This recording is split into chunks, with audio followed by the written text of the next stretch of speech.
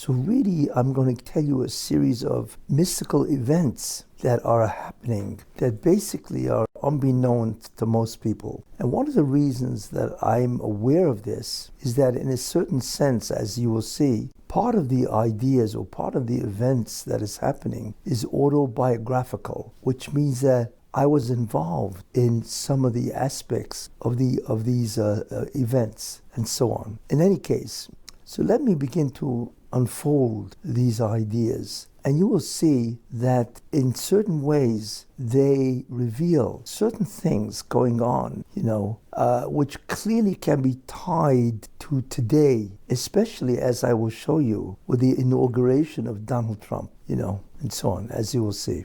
In any case, before I begin, this year should be a blessing and a merit for the health and success of the families of Regina Bas Yosef Ruvain and Yeshai ben Yisrael, Benjamin Wolf ben Tzvi Hersh, Baruch ben Benjamin Wolf, Shmuel Ruvain ben Regina, and so on. And they should all have schus for this year. And also Esther Libo Bas Chaya Yafa should have a complete refuah shlema. And Shlomo Leib ben Fega, yes.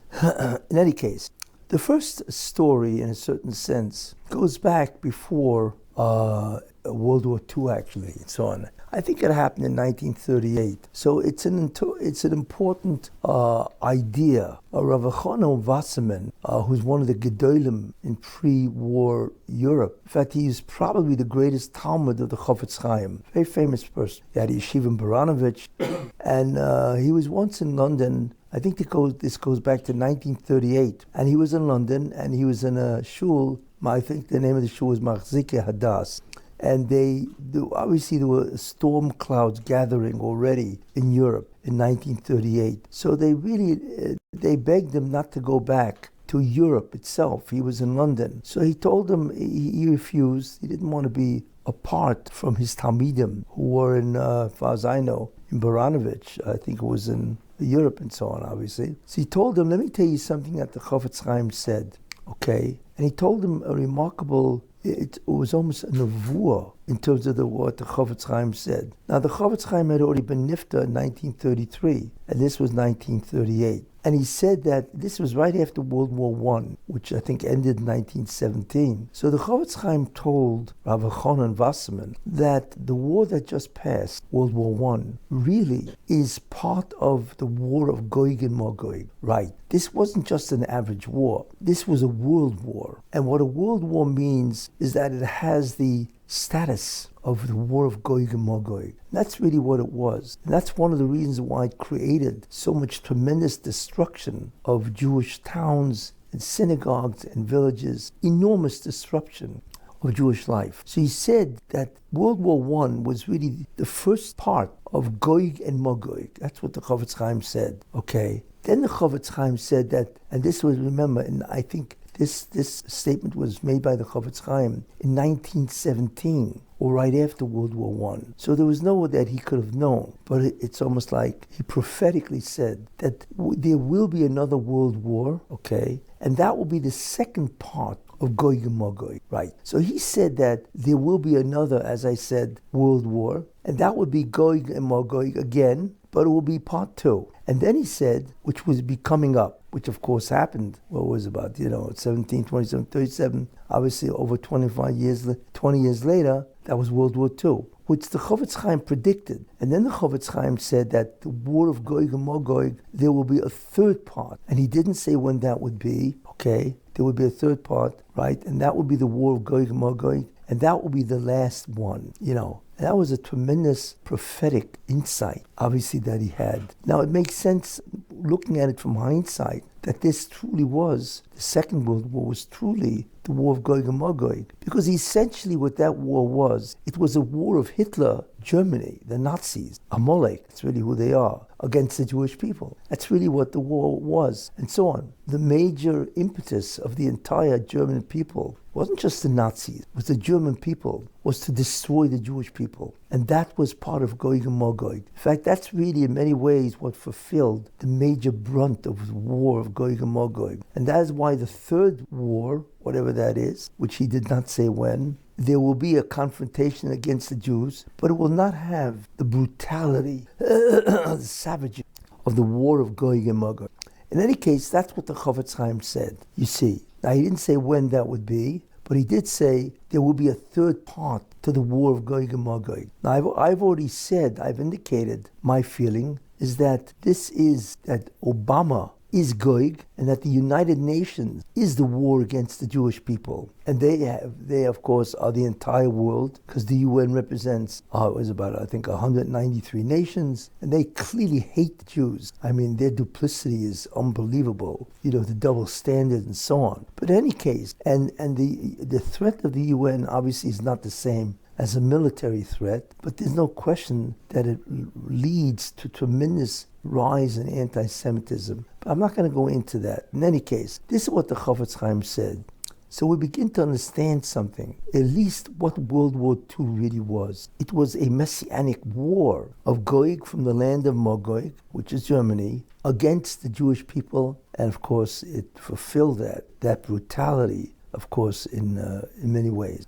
That's the first idea that I wanted to talk about, the first event and so on, Second idea that you have to understand, we know that there are three parts, or I should say that the soul of a person, of a Jew, has 5 parts. We know that. It's called Neiron Chai, from the words Neiron Chai, which is, the first nun is Nefesh, okay? Then you have, which is the soul. You have Ruach, which is a spirit. Then you have a third part called the Neshama, which is an individual part besides the collective term of the soul. You have Chai, Ches, which is the Chaya, and Yechida. Now the Nefesh is a spiritual soul, obviously, and it resides in some way in the liver. The Ruach resides in the heart. The Neshama, or the individual part called the Neshama, resides in the brain. Those are the 3 components, the major components, obviously. In some way, they're all connected in some fashion to the physical body.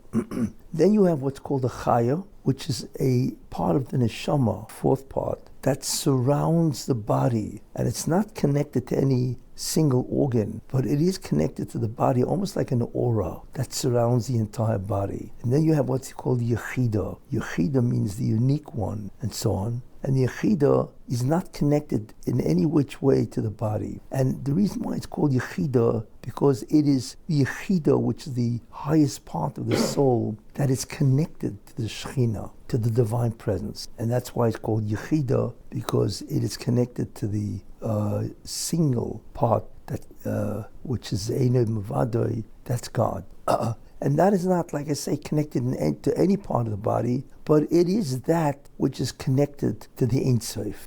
So you have those 5 parts of the Neshama, and every Jew has those 5 parts. So that's the first thing which is very important. Second thing which is very important that you have to know, and that is that Adam Harishon, the first man, when he sinned, we know he sinned, and he ate from the tree of good and evil, which he should not have done, he contaminated, by going against the will of God, he contaminated every part of his Neshama, all the parts of the Neshama, except for one, which is interesting. What part was that? That right before he tasted that fruit, whatever it was, right? Then his Yechida, his part called Yechida, which connected him, Adam Harishon, to the Rebbeinu Shalom, right?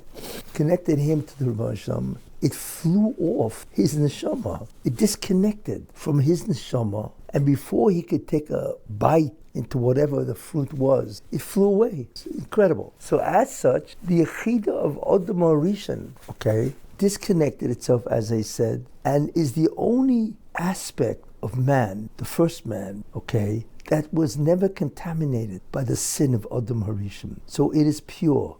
Now what is important to understand is Adam Harishon, before he was divided into all the souls of mankind, that Adam Harishon's Yechida really is the collective neshama of every human being, because he was the only person. And then later on, his neshama was split into the millions of people, and all of us are really spark of the neshama of Adam Harishon. So the Yechid of Adam Harishon is pure, no tumah, no defilement, right?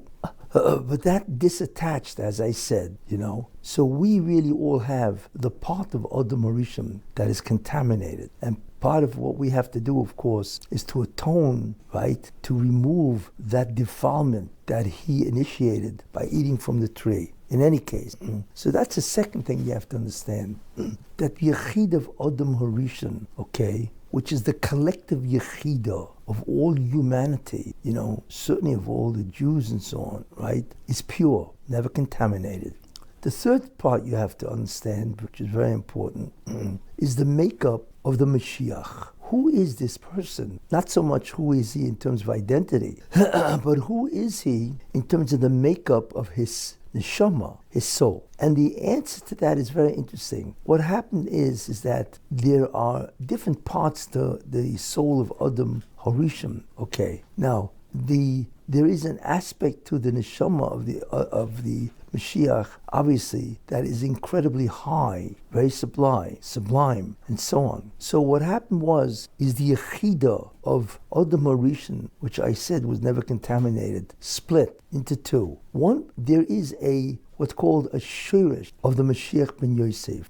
Without going into why there's a Mashiach ben Yosef, but there's a Messiah, the son of Joseph, who was the first Messiah. He has what's called a neshama, which are those 5 parts, and so on, which in many ways are this Mashiach ben Yosef, right? This individual, Mashiach ben Yosef, has a neshama which is called the shirish, or the root soul, okay? Now, whoever person, in every generation, there is an individual who has this part called the shirish of Mashiach ben Yosef. And it is an aspect of the neshama of Adam Harishon, whatever, that can accept or be the Mashiach ben Yosef if it receives the crown of Adam Harishon called Yechidah. In other words, that, like I mentioned, the Yechidah of Adam Harishon split into two. So there is an aspect of his neshama that is incredibly high, and it is a candidate to receive the Yechidah of Adam Harishon. Now, the Yechidah of Adam Harishon is the Messianic neshama. So you can have a tremendous lofty neshama called the Shoresh, okay, of what's called Ben Yosef, but it is not the Mashiach. It's a candidate to be the Mashiach. It can receive the Shoresh, the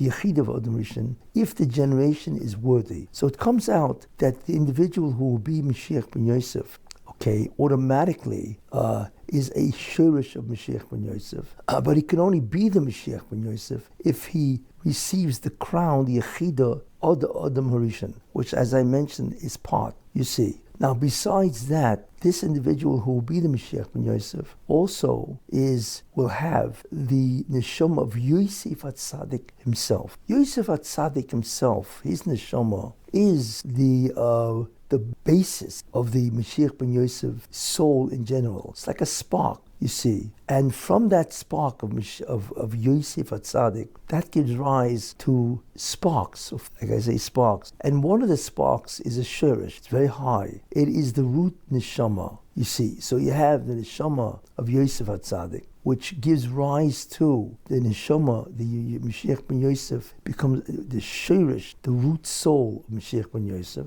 And that can accept what's called the Yechidah of Adam Harishon, and he will become the Mashiach ben Yosef. So even though he's a candidate, he must receive the Yechidah of Adam Harishon. And in every generation, there is a neshama that's called the Shirish of Mashiach ben Yosef, you see, that can receive in that generation, if the Jewish people are worthy, he can receive the Yechidah of Adam Harishon and become the actual Mashiach himself.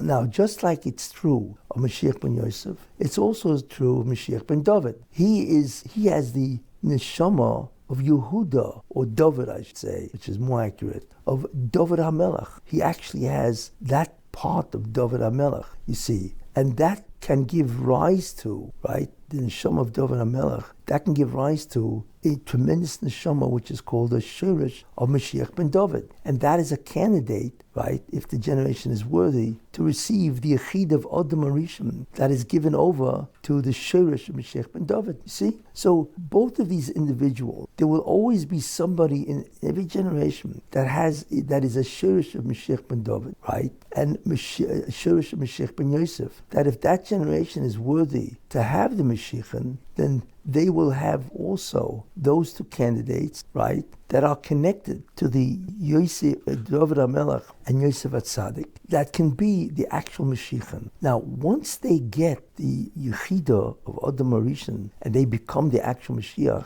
remember what that is, that the Yechidah of Adam Rishon is the totality of the Yechidah of all Jewish people, because that's who Adam was.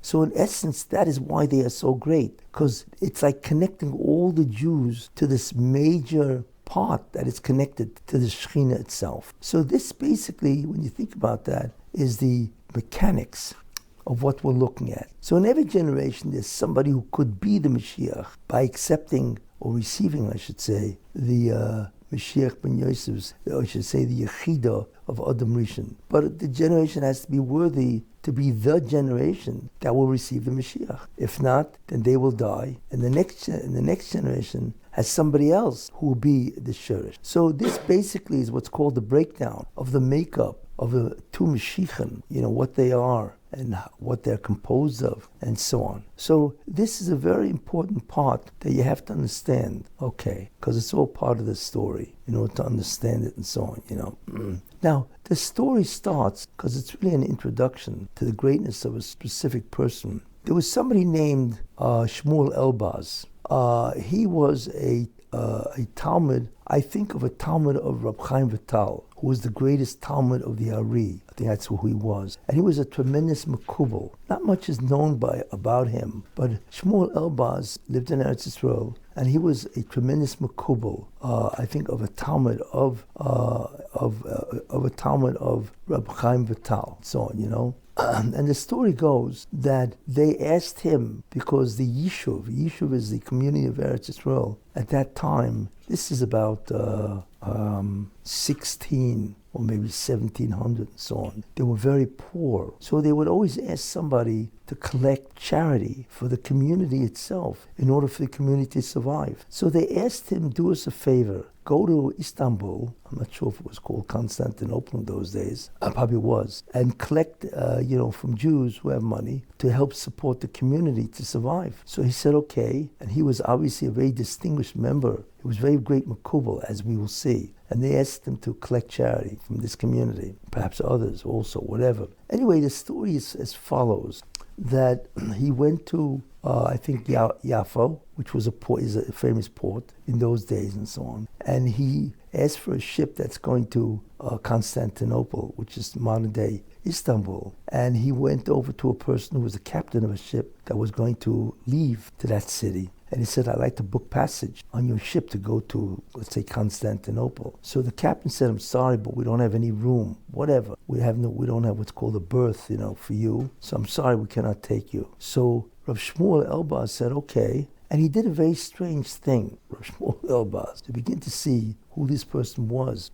He said, well, how am I going to get to Constantinople? I don't know when the next ship is leaving and so on. So what he did is he went a distance away from the port of Yaffo, and he rolled out a carpet. He had a carpet, and he rolled it out. And what he did is he went on top of the carpet, and he sat on it. Imagine, off on the side, quite a distance, maybe a mile away. He sits on top of the carpet, and he meditates, and he utters what he knew to be a divine name, Hashem, okay? And all of a sudden, the carpet lifts. It lifts, rises. Imagine that, and it begins to go out into the Mediterranean. And he's sitting on top of this carpet.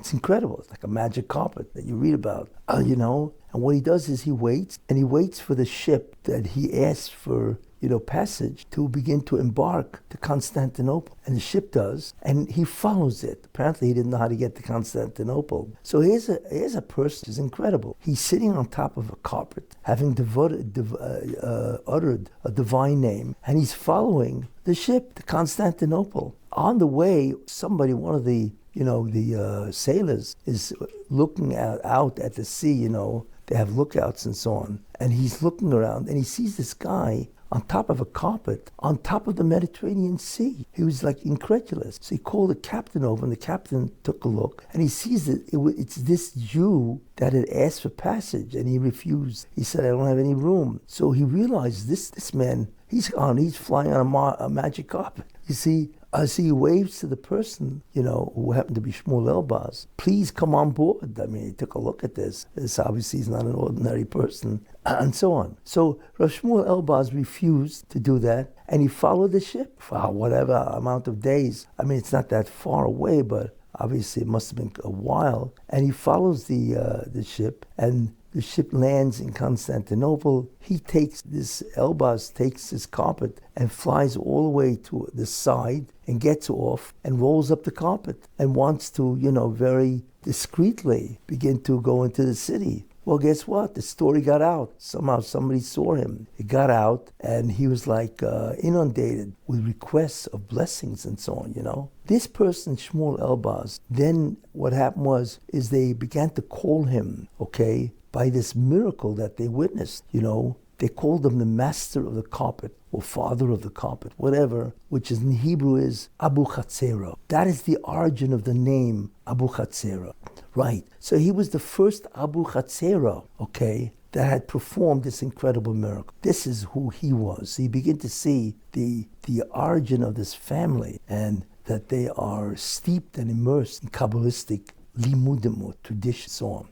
He had a grandson, I recall correctly, this was his grandson, whose name was Yaakov Abu Chatzera, famous Yaakov Abu Chatzera, who's known as the Abir Yaakov, the mighty one of Yaakov, and so on. He was a very great man. In fact, they used to call him Yaakov Miluban. Yaakov Miluban means Yaakov. Miluban means Melumad B'Nisim, trained in miracles. He was a tremendous miracle worker. There are many stories told about him, about the miracles that he performed. In fact, he was so great or famous in the Sephardi lands that they all referred to him, that they said that he was the equivalent of the Baal Shem Tov. In Europe, he was the Baal Shem of the East, right? That's what they used to call him. That's how great he was, and so on, Rabbi Yaakov Abu Chatzera. What is interesting, and he was a tremendous makubal. Like I say, from what I remember, he's the grandson of Shmuel Elbaz, the carpet man, or the magic carpet man, whatever, and so on, So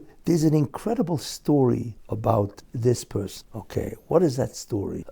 He always wanted to go to Eretz Israel, Yaakov Abu Chatzera. And finally, I think it was in 1883, he decided that he's going to move to Eretz Israel. Now, he lived in Morocco. That's where he lived, so on, And he decided that it's time to fulfill his dream. He was an older person, obviously, and he decided he wanted to move to Eretz Israel. And he therefore left his family, and he obviously intended to go to Eretz Israel and then bring his family over from Morocco and so on. So he's on his way to Eretz Israel. Fine. He gets to the city in Egypt, the city called Damanhur. That is the name of the city. Now, Damanhur, is basically a city in Egypt, as I said, and it's 125 miles north of Cairo. Means if you go to Cairo and you go north, you go into what's called the Nile Delta. It's where the Nile River empties into the Mediterranean.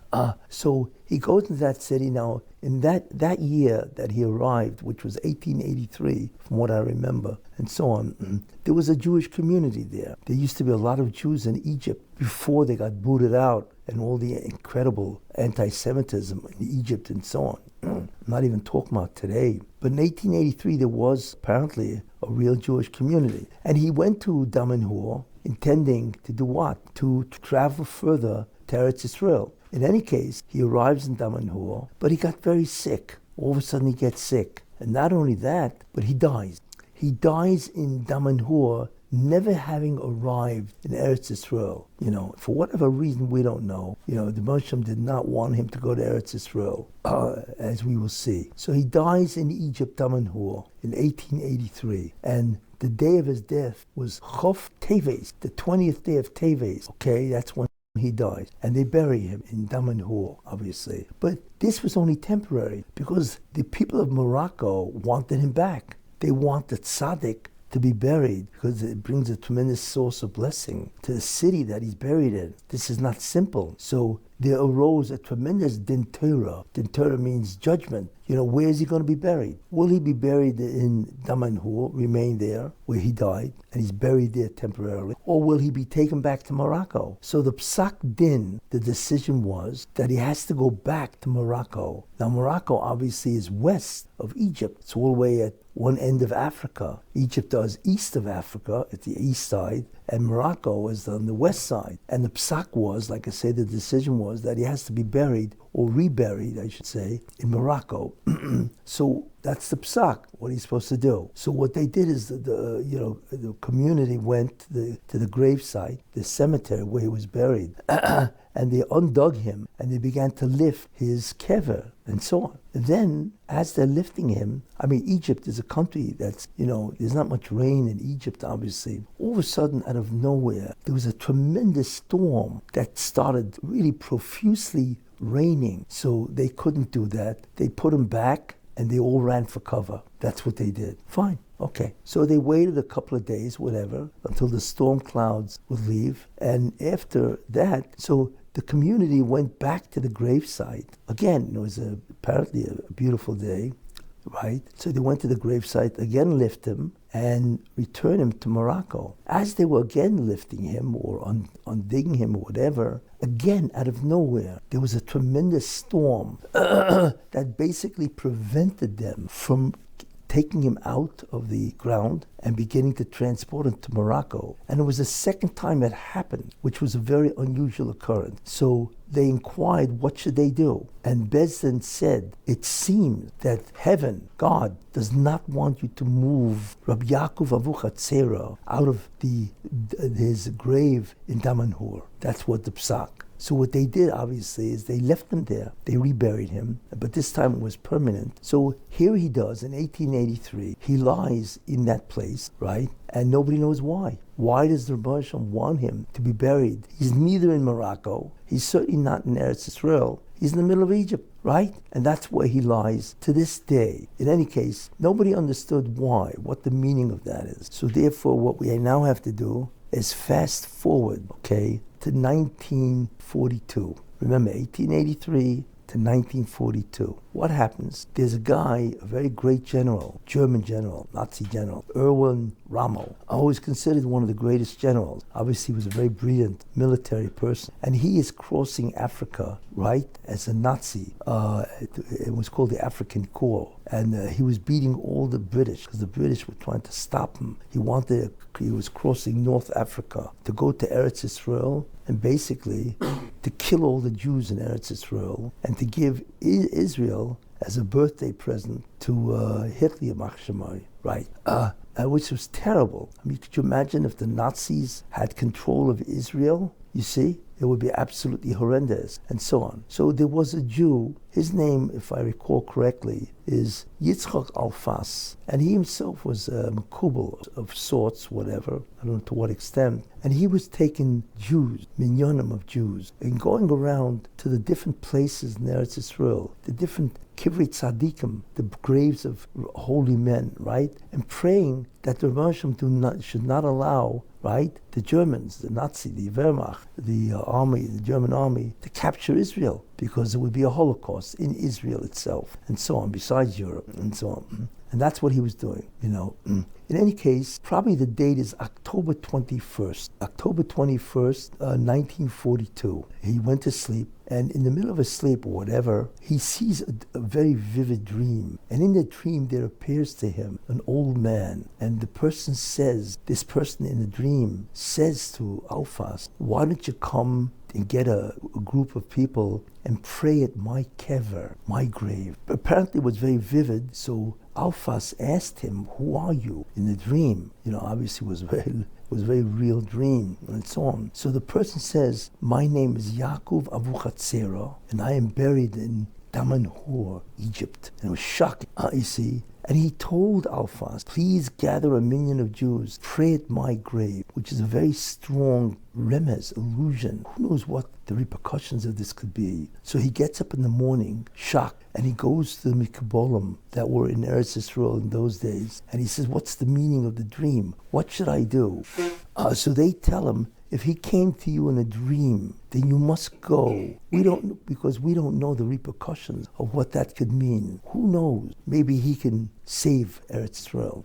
So what did he do? He said, okay. So he decided he's going to go. In those days, there was a train that went from, I think, Yaffo, all the way up to Alexandria in Egypt, you see. So he went to there, and he met with the High Commission of the British and told them, I must go to this place in Damanhur, which is basically Alexandria. So the High Commissioner told him, you can't do that because Alexandria is right next to a battle which was about to begin. That was the front lines. The Battle of El Alamein was about to begin. And El Alamein is west of Alexandria. It's west of Damanhur. It's further toward Morocco. And the battle was about to begin, and that would have been a decisive battle in World War II. And the one who would fight that battle is Montgomery, who was the high command of the British. And he was going to take on Rommel and try to stop the Nazis from taking over Egypt. In fact, Rommel even said, no problem. That's how confident he felt. You know, we're going to have breakfast in El Alamein,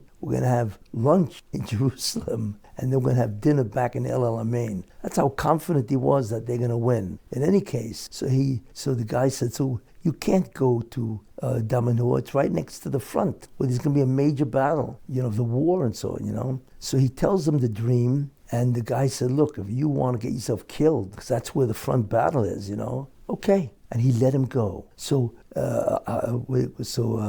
what happened was that he decided, okay, and he went, therefore, he got on the train to go to,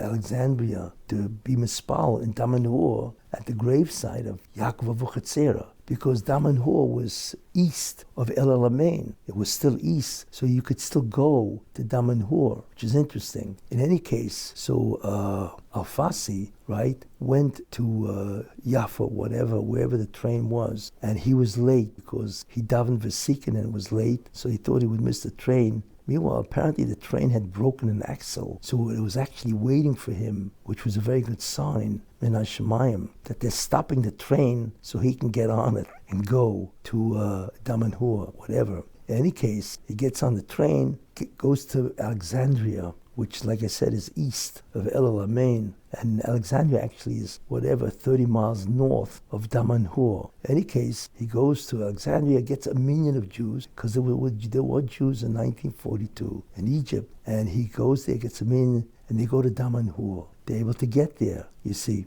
And the daven at his kever, the Rabbi Yaakov Avuchatzera, all night long. And then Al-Fas says something very interesting. He said that they davened all night long at his kever. And he said toward dawn, right before it got light, he saw a brilliant light, a light coming from the grave of Rav Yaakov Avuchatzera. And all of a sudden he said he realized that they were answered, right? That this man, Rav Yaakov Avuchatzera, succeeded in stopping the Nazi invasion. Now, the incredible thing, as we will see, is not only did he stop Rommel in his march toward Israel, but this was the turning point of the entire World War II. The Nazis never won a battle after this battle that was about to happen, as I will say, and so on, you know, and because he saw that incredible light and so on. In any case, the next day,